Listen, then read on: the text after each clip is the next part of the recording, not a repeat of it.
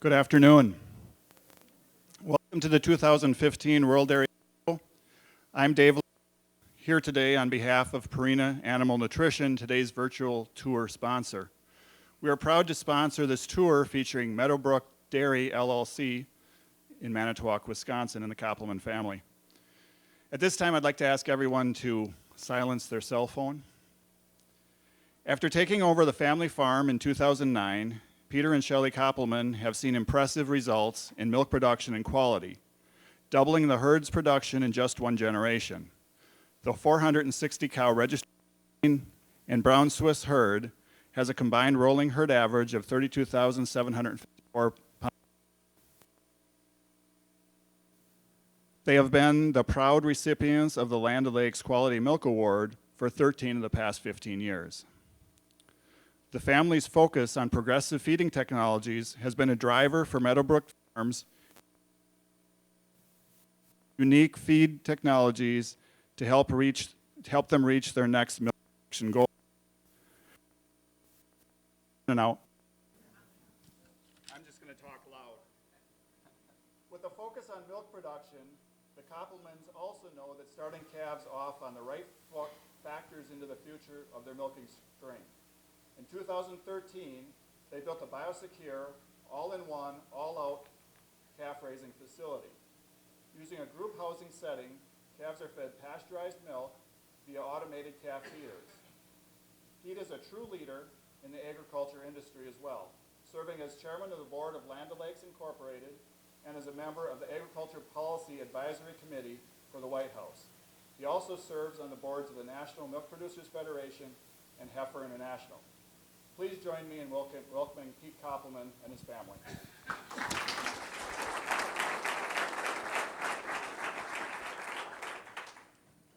Well, thank you, Dave. I guess I've got a little better reception here, so I don't have to shout into this. Dave is actually part of our nutrition team on the farm. Dave and Brenda. Brenda's here too, sitting in the back.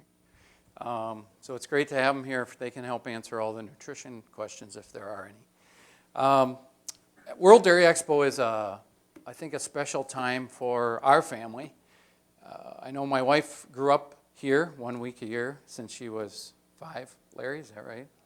66. Well, no, before she was born you were showing here. So she's been showing here for a long time. Shelley, why don't you stand up? Shelley is Shelley's my wife of 28 years. 29. Going on 29. See, it feels like much less than whatever it is. And we own Meadowbrook Dairy Farms together. And I'll then introduce the rest of our family here. Our daughter Beth is here. Beth's our oldest, and she'll be presenting as well today. Beth was married a year ago to Greg, and he's at home working, not on the farm, but he works off the farm. And then our son Mitch is next in line. And Mitch actually just came back to the farm in April. Mitch was working with Accelerated Genetics for a couple years. And then our daughter Erin and her husband AJ. And AJ's been working with us on the farm full-time for almost just about 2 years now. And Erin is full-time with AgSource. Pardon? They're married in July. Yes, married in July. How can we forget that wedding? When you have 400 of your closest friends over to your house, it's kind of a big deal. So, but the kids have been here at Expo for, since they were little, showed in kitty showmanship, showed in the showmanship, the junior showmanship here at Expo. And we've actually showed a couple of our own brown Swiss here the last couple of years. So Expo, and Beth is working here for Expo this year up in the office. So we've got a rich Expo tradition. We're proud to have been nominated by Purina and happy to be here today. So the remote is here. Thank you.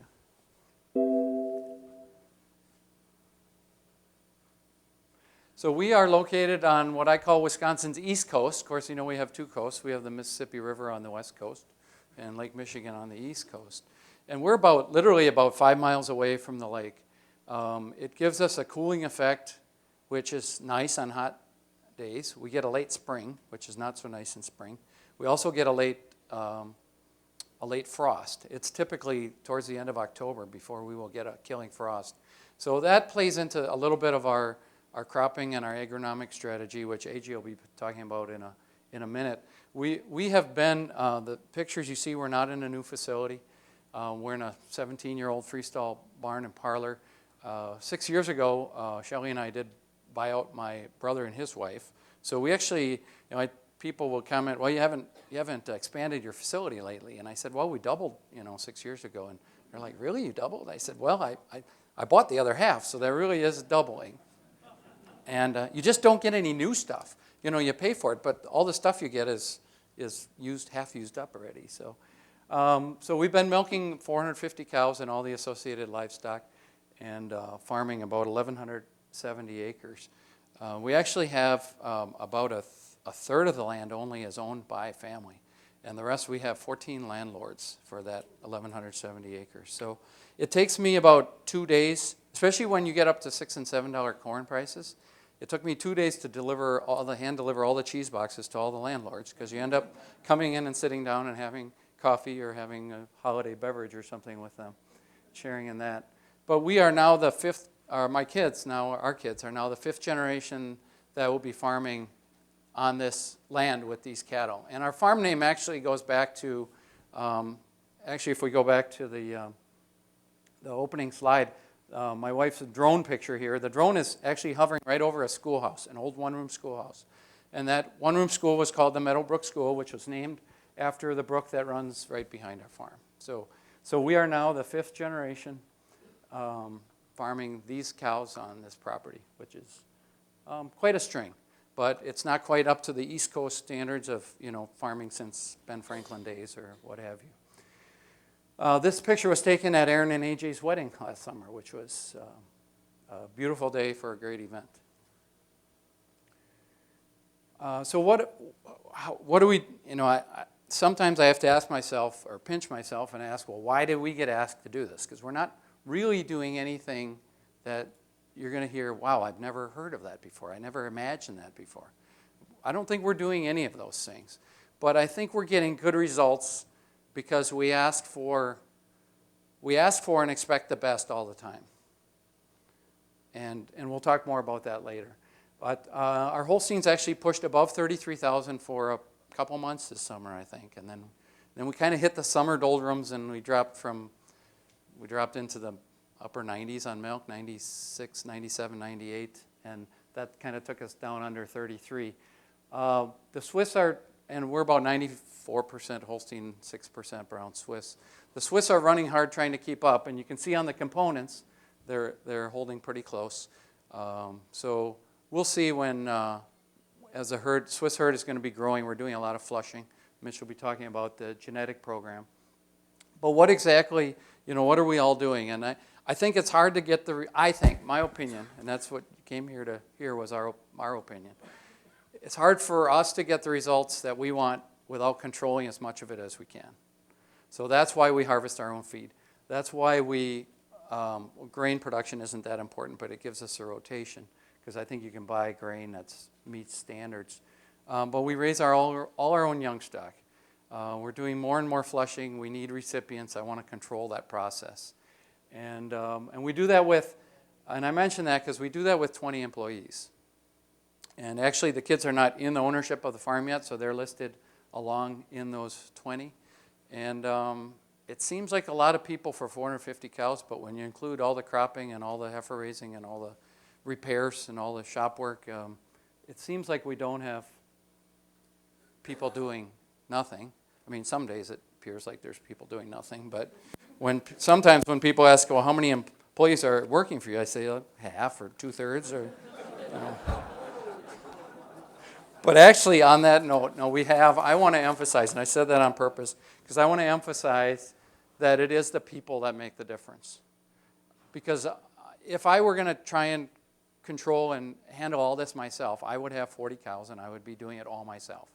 But obviously I can't do that. So employees are what make the difference.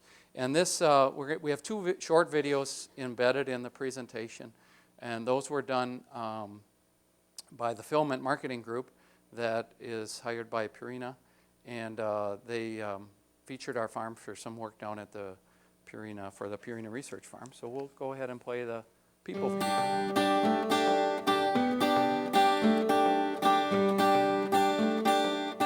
If I could talk a little bit about our employee management strategy. First of all, everyone has to get up Monday morning and go to work somewhere. I want our employees to say, I want to go to work at Meadowbrook Farms.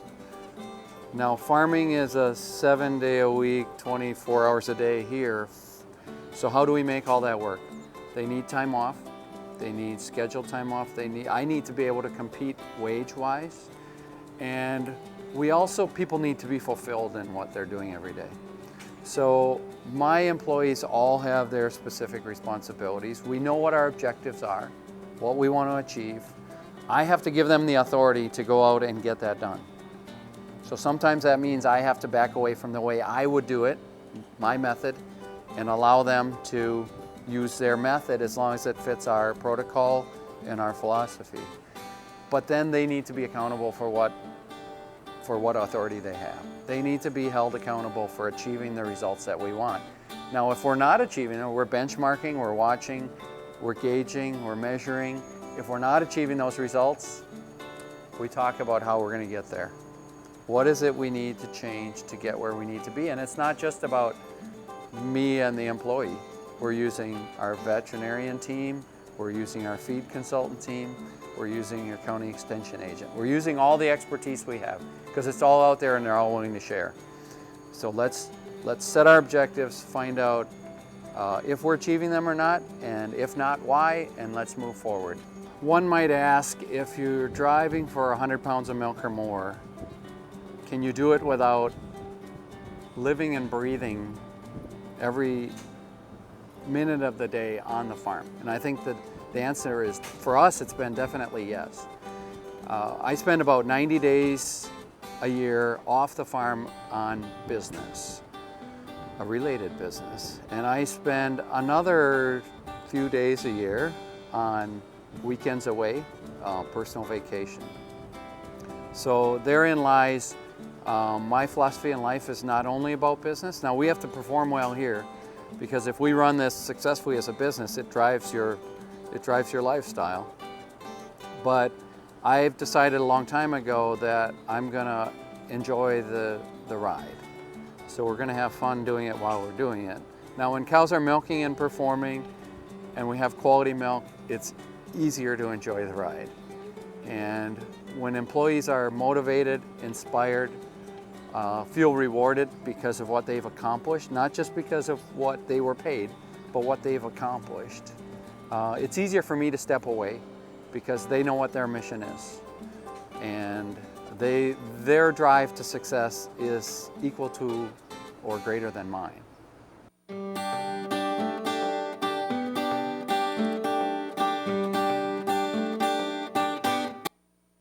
So at this time, I'm going to ask my son-in-law, AJ Kennecke, to talk about our cropping and agronomic enterprise. AJ.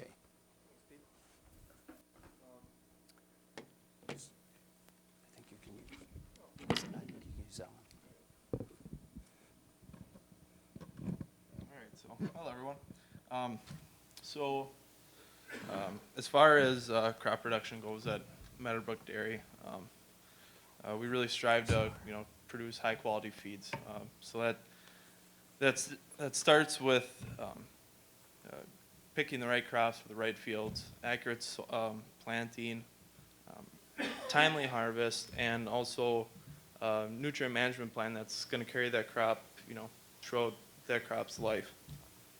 Whether it be a commercial fertilizer or the cow manure, it's taking that fertilizer, looking at your crop plan, and assessing what soil needs it the most, what crop needs it the most, where are we going to get the most economical return for fertilizer.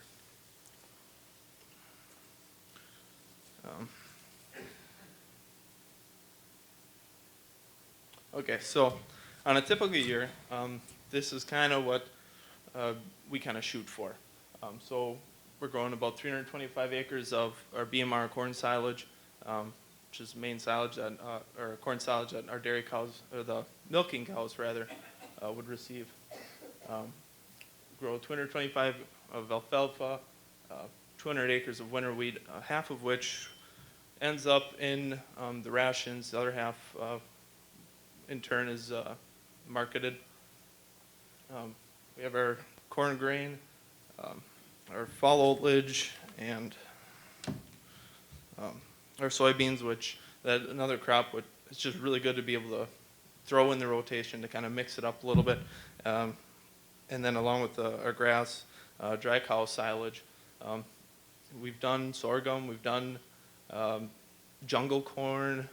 Right now we're kind of working with different varieties and at different populations to try and achieve a good dry cow or heifer feed. Now, as Pete said before, he said we operate about 1,100 acres. Although, if you add up all the numbers, we'll crop about 1,300 acres every year, and that's due to a lot of our double cropping.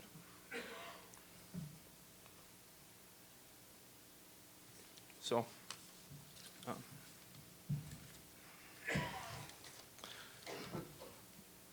like I said, we strive to produce our high quality forages, and harvest management is key with that.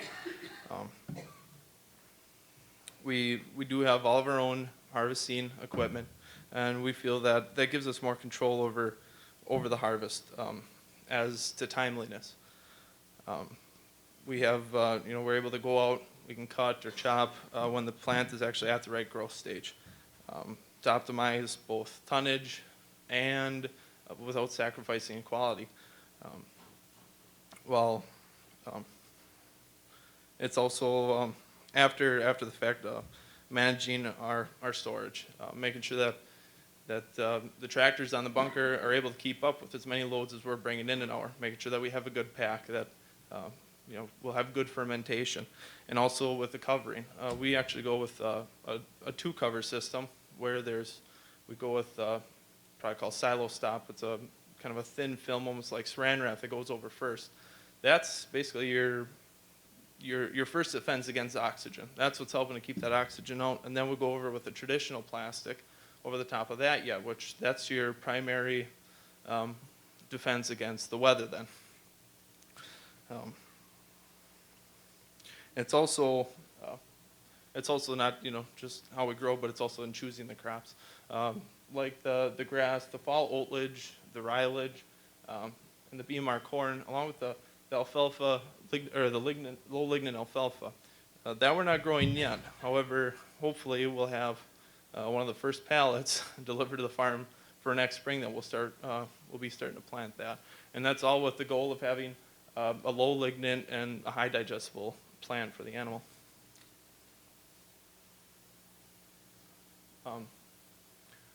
So, like I said earlier, with like their double cropping, we're doing all this double cropping, trying to maximize the resources that we do have. Land's not getting any cheaper. Rent's not getting any cheaper. Your equipment, that's not making you a whole lot of money when it's just sitting in the shed. And being in northeast Wisconsin, we don't get a terribly long growing season. So trying to take advantage of every little bit of that growing season you can to get more food, more feed in the bunker. It's the best way to do it. So if we don't have a full day of corn or a bean, or if it's not alfalfa, if it's an early day crop, we're going to go back and we're going to stick in either oatlage, which we can harvest later in the fall. Last year, when we finally got at harvesting it, there was a little bit of snow on the ground already, but that was really taking advantage of the whole growing season for us.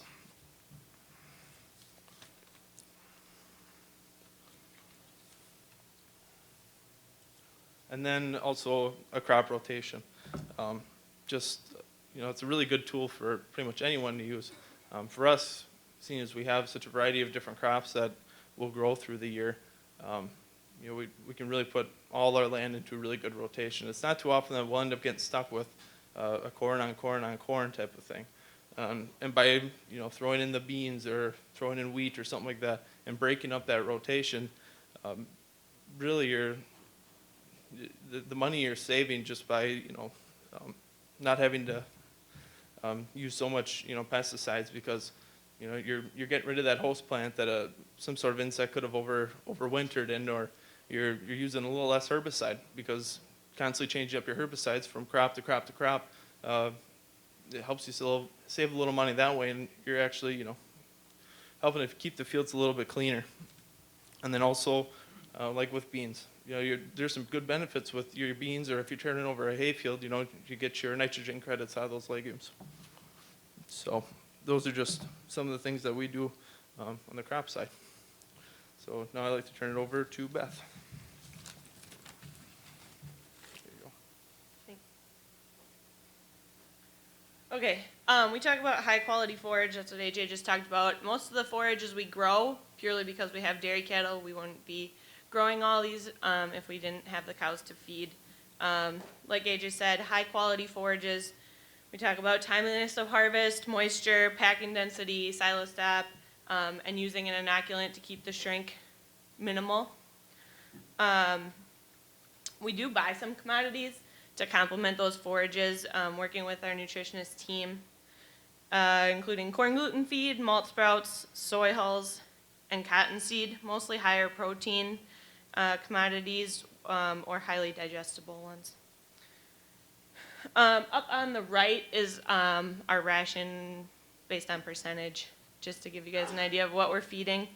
And then we do talk a lot about income over feed costs. We'll try and focus on that with the next slide. There is a lot of technologies that we use in the ration, but our income over feed cost as of July 2015 was $8.75 per cow, and that's including all the forages too. So it's a pretty manageable number. The feed technologies we flex in and out of the ration depending on what we need and when, and to which group, which cows. A lot of the technologies that we use are Purina based and have been tested at their research station, and we've actually been down there to see it and see it work, so that gives us confidence that we can use them. Rally, we really use to address energy needs for the transition cows and in times of heat stress. Propel is a saturated fat supplement. It's really palatable. The cows love it. The cats really like it. It's easy to handle and drives milk while still keeping components up. SurePro, it's a bypass soybean meal. It's very consistent and very reliable, so we keep that in the ration. USA lysine, protected amino acids, is the lysine, and it allows us to lower the percentage of crude protein in the diet. And then we use Diamond Bee yeast. And the Nutritech assists with pre and post fresh cow transitioning. Now we'll talk about feeding. So we have kind of it's different, I think, way to feed the cows.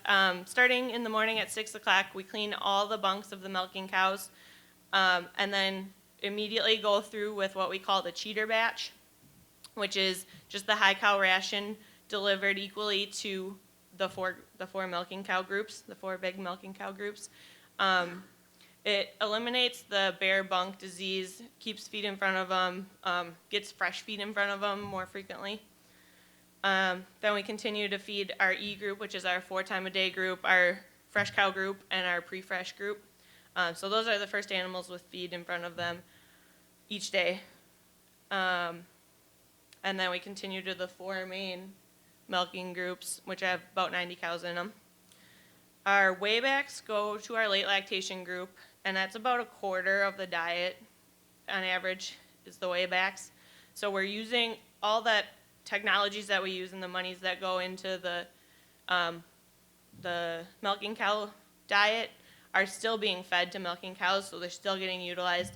It's been tested. They still have all the same They still work, as long as the feed's not hot. If it's hot, we don't feed it, obviously. And then we'll talk about the 4X group. This is a new addition to our farm. Dad, when did we build the 4X barn? Okay, so a year and a half ago we started doing this. The group, it's a one-stall barn, one-row barn. They enter at a week. They're there for about 6 weeks. The DMI increase at 70 plus pounds. It increases the dry matter intake and milk throughout the whole lactation. So after 6 weeks, when they move into the 90 cow group, they're still increasing. The one-row barn is great. It gives them a lot of space, low stocking density. They can eat when they want. They can lay down when they want. They can drink when they want. And that's really what they do. They go and get milked. They're not in the holding area for very long. And then after they're done being milked, they go and they eat and they drink and they lay down. And then 6 hours later, we get them up and do it all over again. So they really have a lot of comfort. I didn't read this note before. Dad helped me write my notes. They got out and the gate was open and they left and they came back in. So they really like being in there. They're comfortable.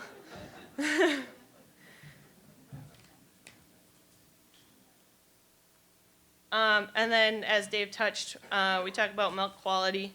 We've gotten the milk quality award 13 out of 15 years. National Dairy Quality Platinum Award. We've been nominated this year as well. It's not necessarily an objective to produce high quality milk, as much as it's a byproduct of having the right environment, having good practices, and having good genetics. And with that, we'll have Mitch talk about genetics.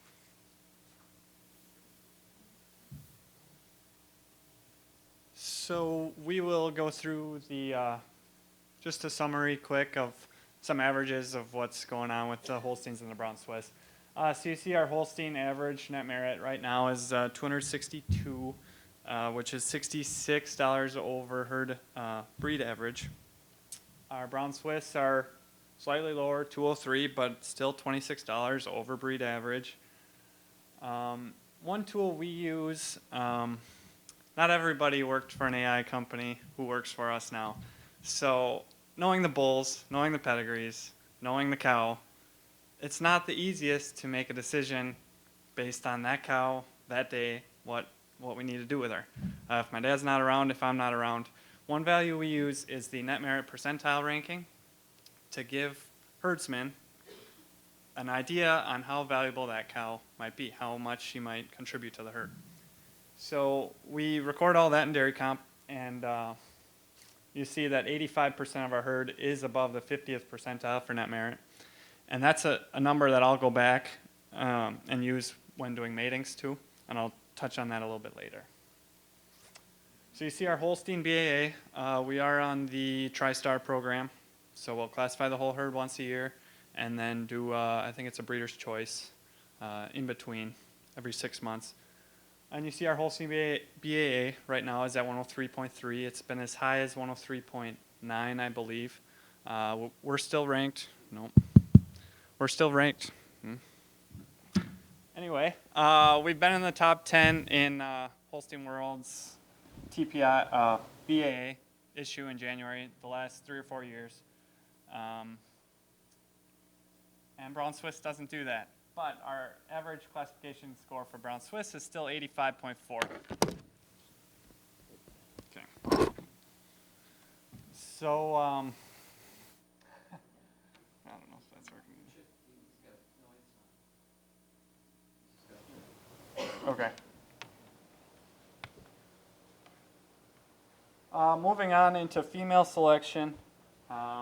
We do genomic test every animal starting about a year ago we started to do that. We had been testing the top quarter and the bottom quarter, but there is still a fair amount of deviation with those animals that we weren't always finding our highest individuals and our lowest individuals.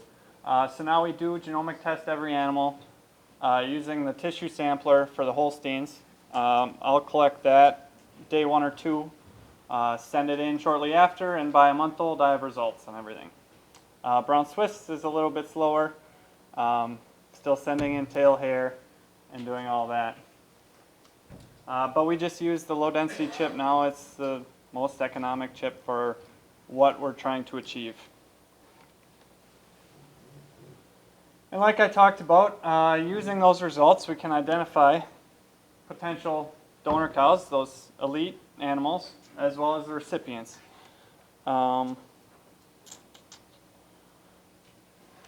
Right now, I'm working on building a recipient index of sorts. It's a way to figure out which heifers of ours might be the most likely to use the best odds to carry a calf and to deliver a live calf. Those IVF embryo transfer calves are not cheap, so losing one of those is not a very good day.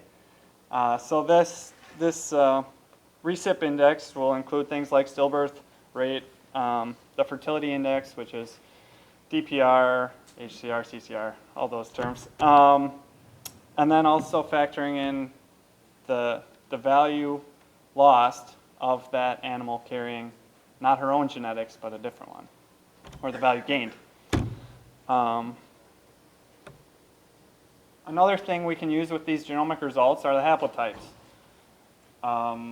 Holsteins have, correct me if I'm wrong, 7, 8 of these haplotypes, and they're finding more and more. And in my lifetime, there might be 50, 60. There might be a lot of these things that affect fertility, and that's something it's a new tool. It can be managed, and that's something that we can take advantage of. Then I'll go through a few of our successes. Currently, we have the #1 genomic PPR, Brown Swiss heifer in the breed. Oh, now it's happening.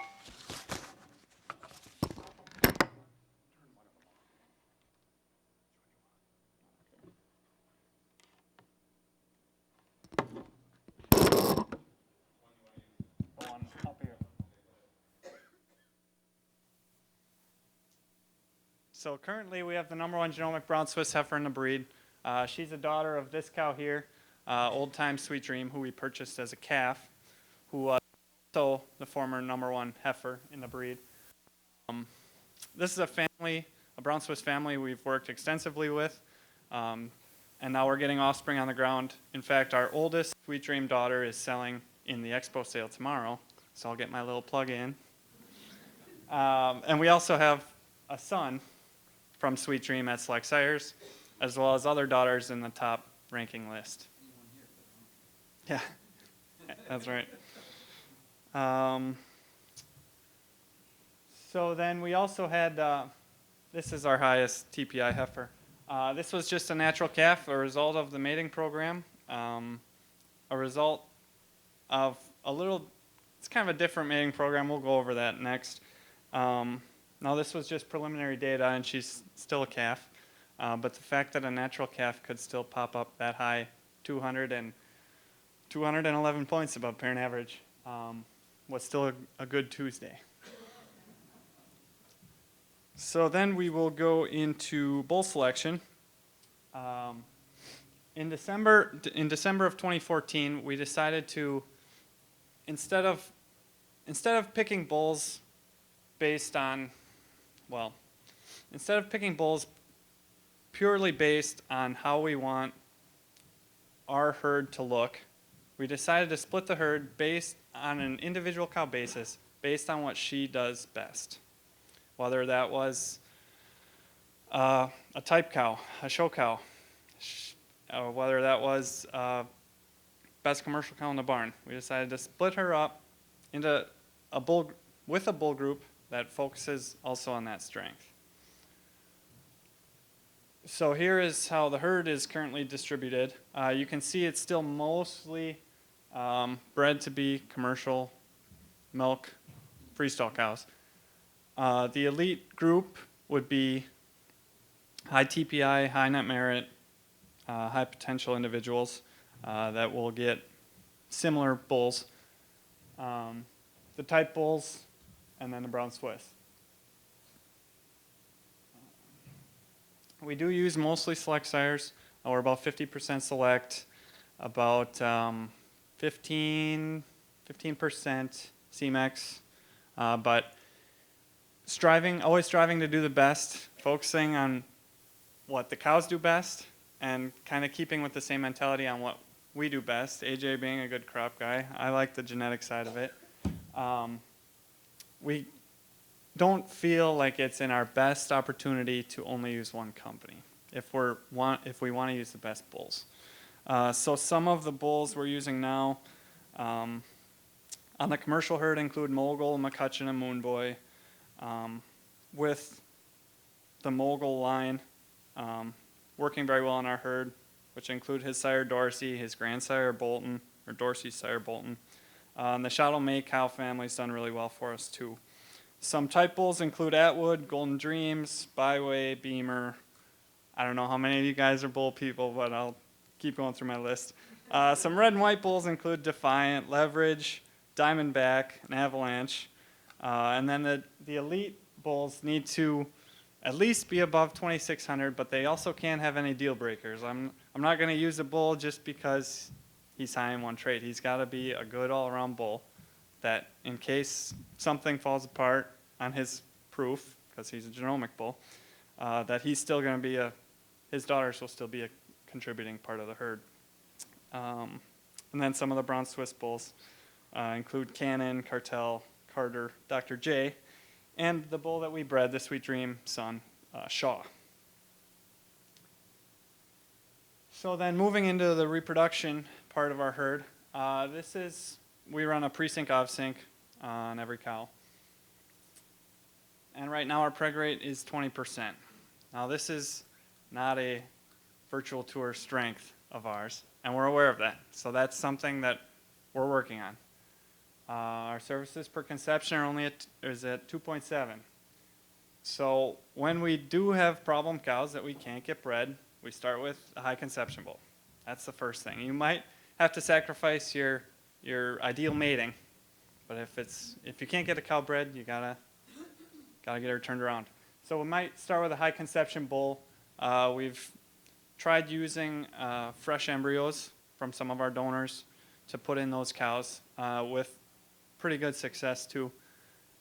And then we've kept a bull by our heifers in case worse comes to worse.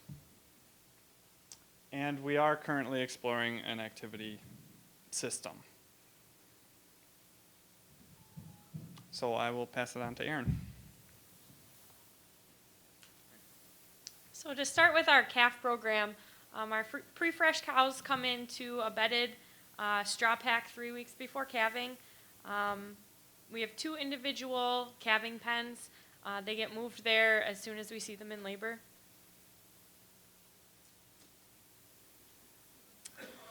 The newborn calves receive a gallon of colostrum that is pasteurized in our calf pasteurizer. We use the perfect udder bags so they can get thrown in right with the milk. And then it is also tested with the refractometer, and anything below 22 gets thrown out. We try to give the heifers the higher quality and the bulls the lower quality. And then we try to keep some refrigerated, some is refrigerated, and the extra is frozen. And next we'll have a video, another video that Filament put together that gives a nice general picture of our new calf barn that's about 1 year and 8 months old.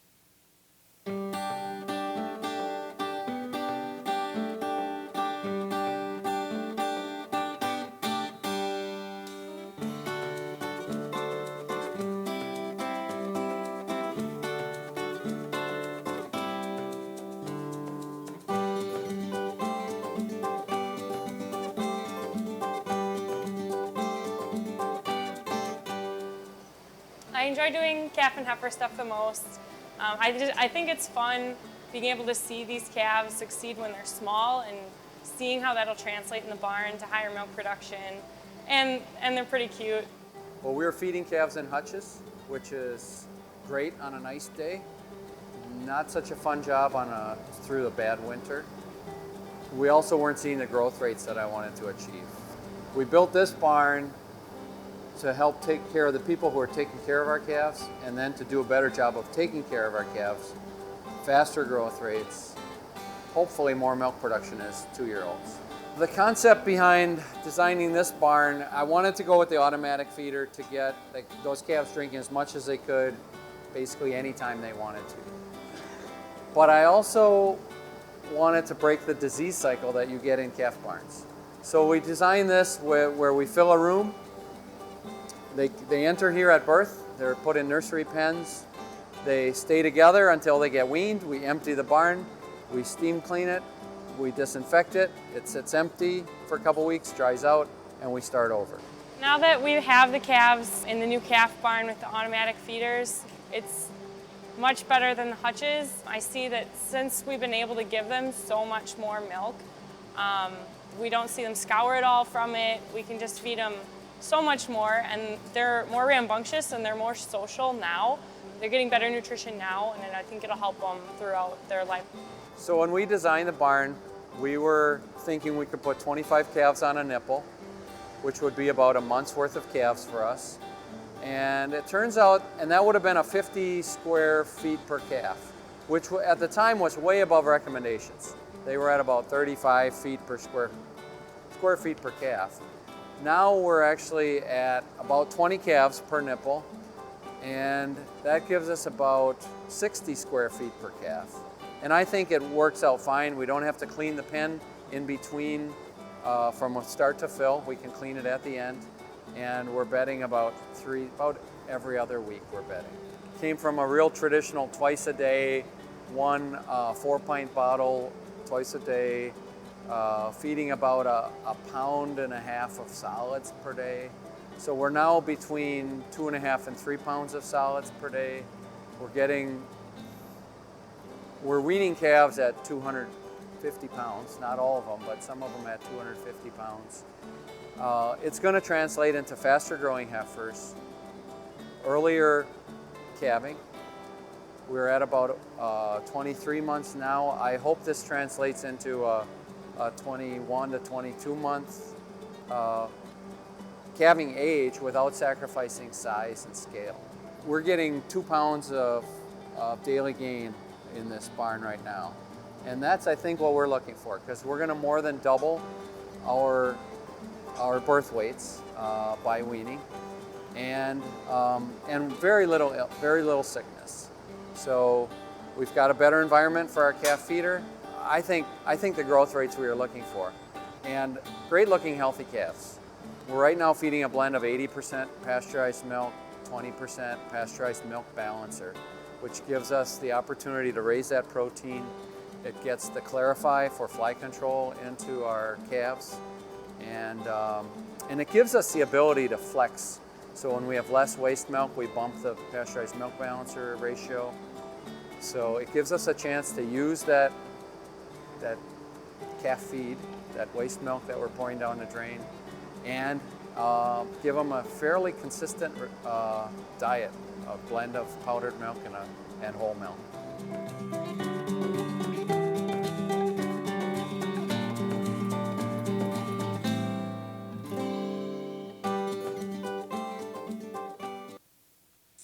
So just as that was a good general picture, we'll get a little bit more in depth here.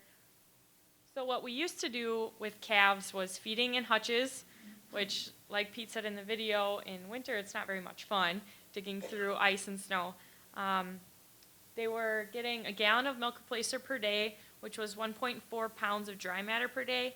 We were getting about 1.5 pounds of average daily gain, and less than 3% death loss.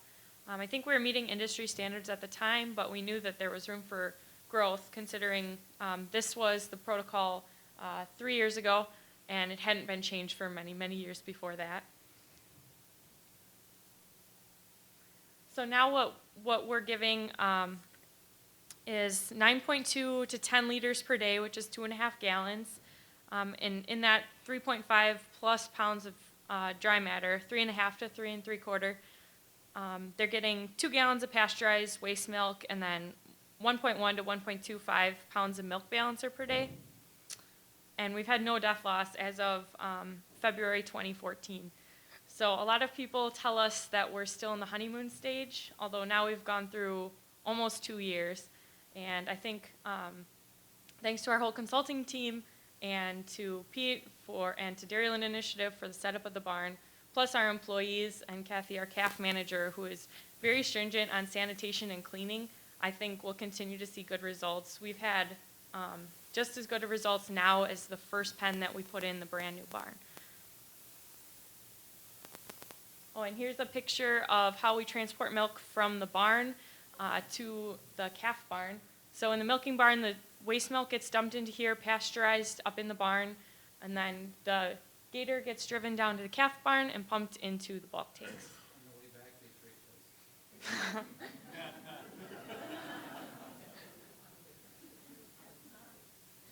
So here you can just see the same slides next to each other of the huge difference we've been making. I mean, we are feeding a lot more milk.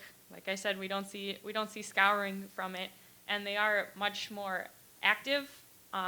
They socialize with each other, although it's really nice coming to the barn at 3, 4 in the afternoon when we used to feed calves. There's no bell ring. They're all laying down. I said, good, just lay there and grow. That's all I want you. So we are feeding the full Purina Ample Calf program, which is the full potential milk diet, the Ample Calf starter at 22% protein, and the Ample Calf grower.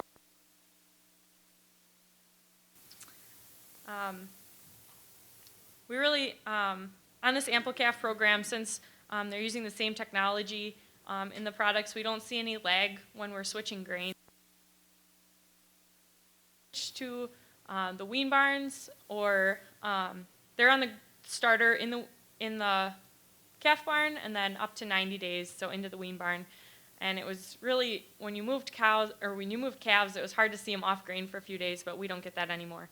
Some of our goals decided to build the barn was to have at least 1,500 pounds more milk in the first lactation.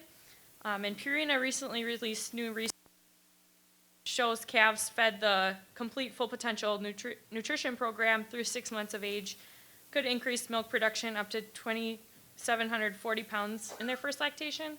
So since our goal was set for this research, we're excited to see if we can exceed it. Another goal was to sooner and to have stronger and healthier calves, which we definitely see. Here's just some general pictures of the barn. The top left, so we have 2 identical barns. The middle, there's a floor-to-ceiling wall that separates each pen. So each pen is all in, all out. The top right, you can see about 3/4 of the pen, and this is when nursery stalls removed. So once the youngest calf is 5 to 7 days old, those stalls get taken out and sanitized, and then they get the whole area till the youngest calf is 2 months old, and they get moved to the next barn. And in the bottom left, we have 1 nipple per pen, so 4 nipples total. And I'll hand it back to Pete. Okay, well, thank you, Aaron. So you just had, you've seen evidence of genetic progress across generations. You've seen that they are more capable than I am, so that's good news for my retirement, I think. Just some things, and I actually had this title, all the marketing people told me not to call this slide Things That I Think, although that's what I actually called it, was Things That I Think. So I think that rules are meant to be broken, meaning that, and at first I wrote down, expect a paradigm shift. And then I crossed out expect, and I wrote create a paradigm shift. You have to take industry standards as something that a lot of people are willing to accept, but that doesn't mean you have to accept that. You have to ask why are we doing this way? Or you have to ask why not? Why is that not achievable? Or why can't we do that? What's possible? And this is pretty simple stuff, but a chain is only as strong as its weakest link. It's fun to celebrate our successes, but then then you get up the next day and you try and find and ferret out your weaknesses, your weakest link. And can you strengthen your weakest link? Because milk production, I mean, it's all about milk production and profitability per cow. And so finding that weakest link is going to help you the most. And finally, one more thing is that each of us in agriculture has to be responsible for putting a face on agriculture. I mean, we're down to, less than almost 1.5% of the population that produces food. And consumers are really questioning, consumers and government, and frankly, everyone who doesn't do it for a living, they're questioning how we're doing it. We've taken science, we've got scientists and researchers developing new products, and they're all tested and approved, and we go out and do them, and then we get questioned on it. How are we going to feed these 9 billion people that are going to be on this planet in the next 35 years? We're not going to do it with yesterday's technology. I'm not worried about, if you think about the food that was produced in this world, on this planet, in the past 500 years, total kilocalories of food produced on this planet in the last 500 years, we're going to have to produce that much in the next 50. So we're going to have to run pretty fast. And I'm not worried about that technology. I'm not worried that we won't figure it out. I'm worried about whether or not it'll be accepted. So we all have to wear this face of agriculture. And then I came up with these 5 things that I think are really important to be successful farming. First of all, 1 part family. I don't think you can do this by yourself. I don't think you can do it without a spouse or a parent or children or somebody, or maybe somebody you call family, somebody you lean on so much that they are family. I don't think you do it without that. Fortitude. It's courage, perseverance, the ability to gut out the bad days, the long days. Because we all know, my dad used to tell me, that there was going to be bad days like that. And I used to think, well, they weren't supposed to all come in a row like that, And then,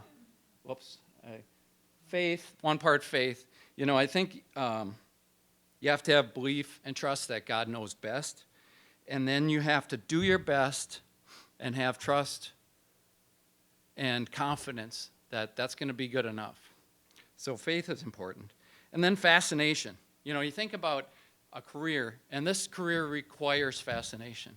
You have to be enthusiastic to the point of obsession. Now think of whatever it is, 80,000 people who are here this week.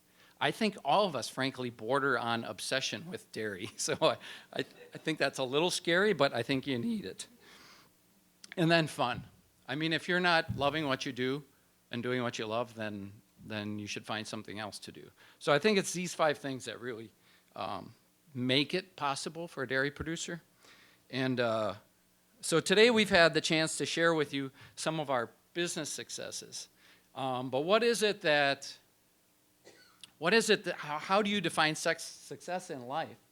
And I think back to when Shelley and I started out, and we thought, we have these professional goals and we want to get involved and we want to impact the industry and we want to do this and that. But I think raising your kids is probably the most important thing you'll do in your life. So this was my Christmas present 3 years ago, I think. 4 years ago, 3 years ago. And they were all in school down here.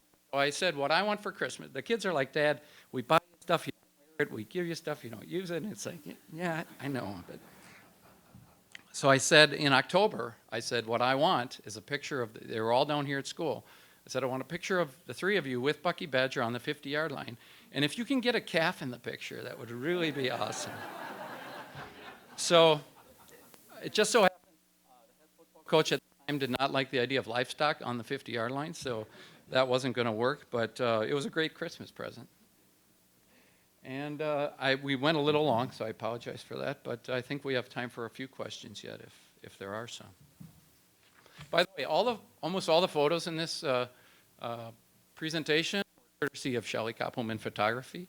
All rights are protected, and any rebroadcast or yeah. So, any questions, Jim? The forest group has room for 5 cows. It wasn't designed to be a one-row group. It's kind of, we fixed a problem we had a feed alley that was not covered, a feed lane for a pre-fresh, post-fresh. And I had a builder come in and say, if we raised your roof line, extended it out, we could cover your feed alley, and we'd probably have room for a one-row group. I thought, well, okay, that's one way to pay for the changing the roof line. And then we thought about it. Well, if you were a cow and you really would want to live in this group, because literally those cows got out and went back in by themselves. Now, it was a hot day, but still, I thought that was pretty cool. They went back in. So who would you put in there? And this turns out this 4X thing, because our 2-year-olds don't go in there. There's not enough room for our 2-year-olds. So after 1 year, we took the 2-year-old lactation curves and laid them on the previous year, and they were identical, which is okay because we didn't change anything. But then we took our multiple lactation cow curves and laid them on top of each other, and we were getting 6 to 7 pounds more peak for the whole lactation on that, from that. Now, it wasn't a controlled study, so there's other variables. But being that the 2-year-olds milked the same as the year before, I think it was pretty good evidence. So we're thinking 2,000 to 2,500 pounds more milk from those, probably closer to 3,000 on those cows. Any other questions?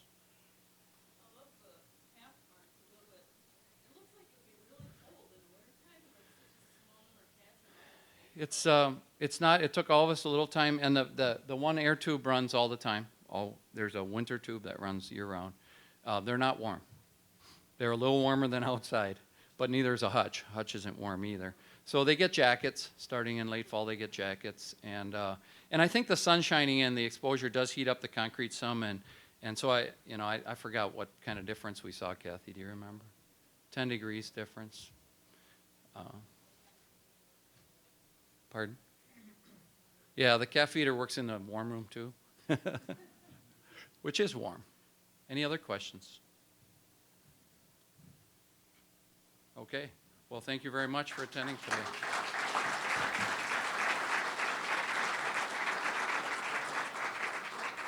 Thank you for attending this virtual tour. If you would leave your evaluation forms on the way out, we appreciate that.